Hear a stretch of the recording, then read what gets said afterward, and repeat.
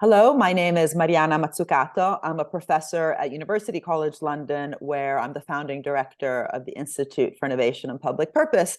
And it's really that which I want to talk about, public purpose, and what it would look like if we put housing for all at the center of a purposeful and purpose-led economy.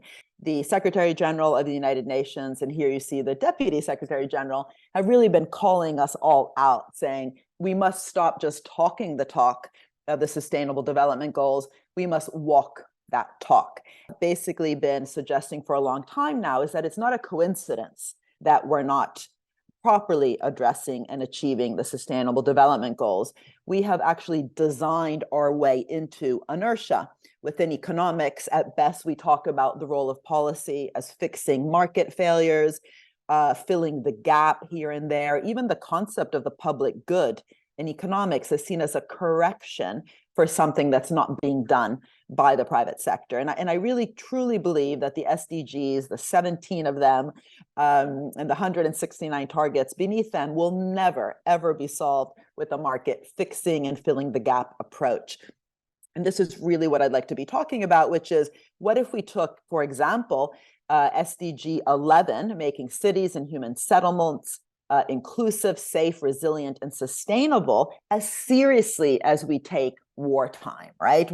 Unfortunately, when wars occur, we actually end up having to be quite serious about winning the war. And the first thing the governments do, for example, is redesign the tools. Think of something like procurement, right? Procurement, when it's done by the military, is never just money handed out here and there to the private sector. It's a goal-oriented and an outcomes-oriented procurement strategy. That's indeed how we got to the moon and back 50 years ago. I wrote a book about this called Mission Economy, where I argued we would have never gotten to the moon had we just used these kind of very inertial and static types of policy tools that we use today for our social problems. And so this is the idea, right? Why did we have to wait for COVID-19, for example, to have an outcomes-oriented procurement for the vaccines? And why is it that even when we had that outcomes-oriented procurement, it wasn't actually a global strategy? So we ended up with vaccine apartheid, with 80% of the vaccines being hoarded by 20% of countries. And that, of course, depends on how we organize that collective intelligence and collective collaboration to actually fuel not just investment, but that intense co-investment, sharing both risks and rewards between lots of different actors. And sharing of knowledge, for example, is so important if we have an outcomes-oriented innovation system.